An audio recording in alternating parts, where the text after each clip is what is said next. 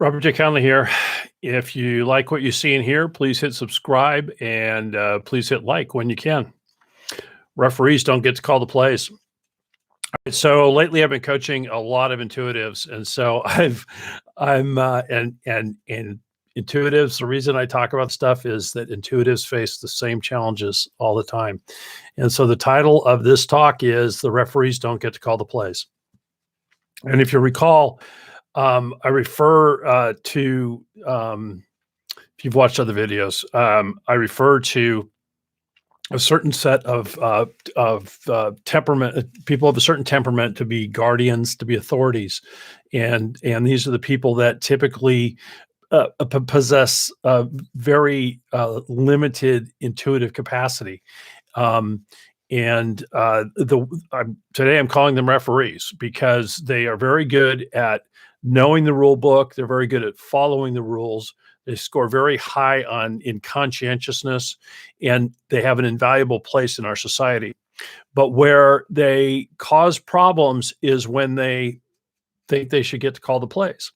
And so, as intuitives, what I want to say to you today is that as I've called you, and I'm going to keep calling you ripple readers, because again, you can see the ripples throughout that anything you observe, you can see connections, you can see implications, you can see all these things, you can see the ripples that come out from any point in time. And so today I want to urge you to start tossing your own stones into the pond.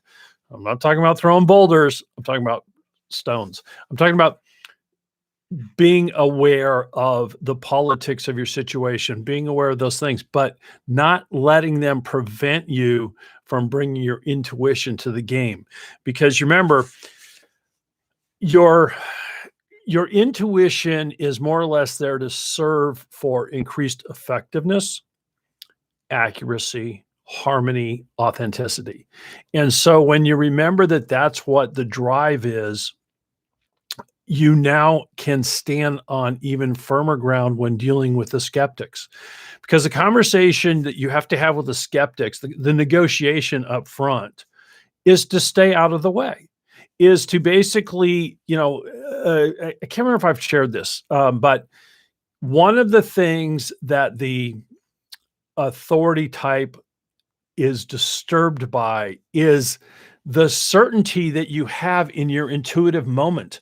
Because remember, that intuitive moment is lacking in concrete evidence, it's an abstract thing.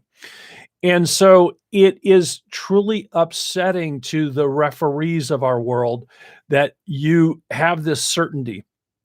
And there are some who, when in leadership positions, will go out of their way to kill projects because they don't want to give up the certainty that they have of what's in place, even if there's the potential for a greater thing in the future. So the job of the intuitive is to negotiate up front that the game be allowed to be played, and then they can make their assessments. And what do I mean by the game be allowed to play? What I mean is that you go through your intuitive process that you always do, whether you're trying to or not. And that is you observe, observe, observe. You let it go. All of a sudden, something hits you in the face. You have an intuitive insight. That's your particular game. So you can't allow that to be interrupted. But what I'm talking about with them is that once that has happened, you need to negotiate with them that you get to try your thing, whatever it is that's the game changer. And this is where the art of negotiation, the art of scaling, the art of making it possible for it to happen on a test basis can occur. And so number one is to get the agreement that the referees will stay out of the game. And number two is that other set of sensors, the non-intuitives who actually are game to try new things and will work harder than anybody else to make things happen. You will attract them to your cause, and they are the ones who have the opportunity to make your game possible. So today, what I wanted to do is just focus on realizing that you will almost never be able to convince an authority type, a referee type, whatever we're calling them, your words won't convince. It's only a result that will convince that it works. And so your efforts in having once you have completed your intuitive cycle, to then have the negotiation for the authority to stay clear, and for the players, for the virtuosos, for the people who can actually make your vision come true, to arrive and to play, and to go through the process that then proves or disproves that it's viable.